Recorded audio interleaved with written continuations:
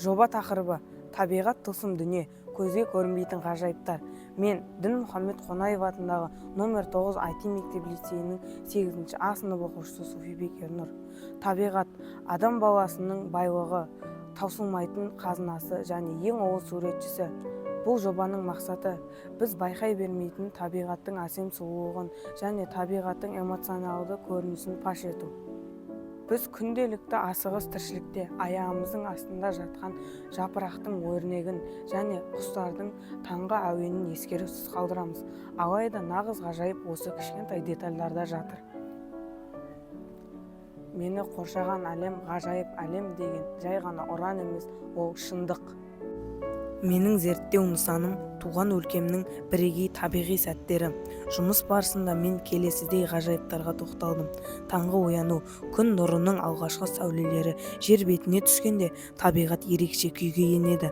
Бұл сәттегі ауаның тазалығы мен тыныштығы адам жанына ерекше үйлесім сыйлайды. Өсімдіктердің әрбір бірі табиғаттың шеберлігін көрсетеді. Әрбір гүлдің ашылуы үлкен өмірлік күштің белгісі. Тіршілік тынысы, жәндіктердің қозғалысы, желдің гуілі мен жапырақтардың сыбдыры — бұл табиғаттың үнсіз музыкасы. Мен бұл сәттерді нақтылықпен және эмоционалды түрде жеткізуге тырыстым. Жобаның басты ерекшелігі табиғатқа жай ғана ресурс ретінде емес, тірі әрі сезімтал құрылым ретінде қарау. Мен өз жұмысымда табиғат құбылыстарының адам психологиясына, оның ішкі тыныштығына әсерін көрсеткім келді.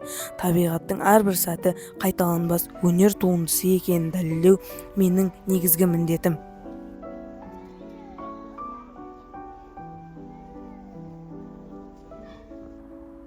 Табиғат ең ұлы шебер.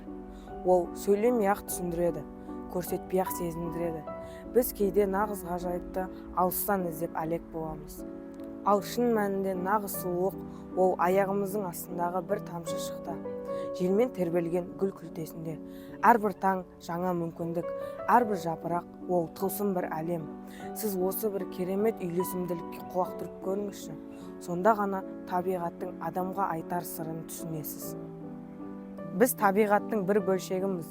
Оның сұлулығын қорғау біздің ең үлкен борышымыз. Егер әрбір адам айналасындағы ғажайыпты көре білсе, экологиялық мәдениетіміздің жоғарылауы анық. Біз табиғатты аялайық, себебі ол біздің ең үлкен сыйымыз. Аялайық табиғатты достарым, табиғаттың таусылмасын дастаны. Аяласақ осы ғажап әлемді, нұрға толы болар ертең аспаны.